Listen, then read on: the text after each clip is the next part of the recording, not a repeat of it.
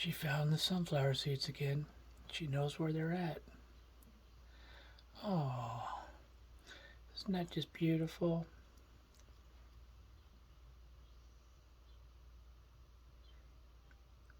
I can't talk too loud. We don't want to interrupt her.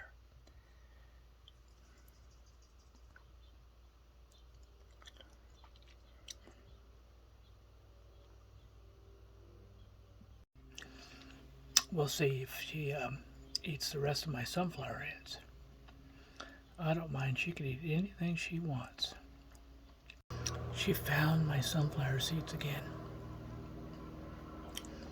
She is a good girl.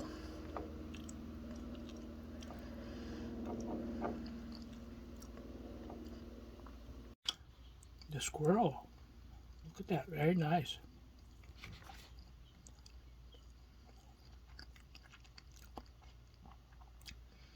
The squirrel and the deer. Hello, girl.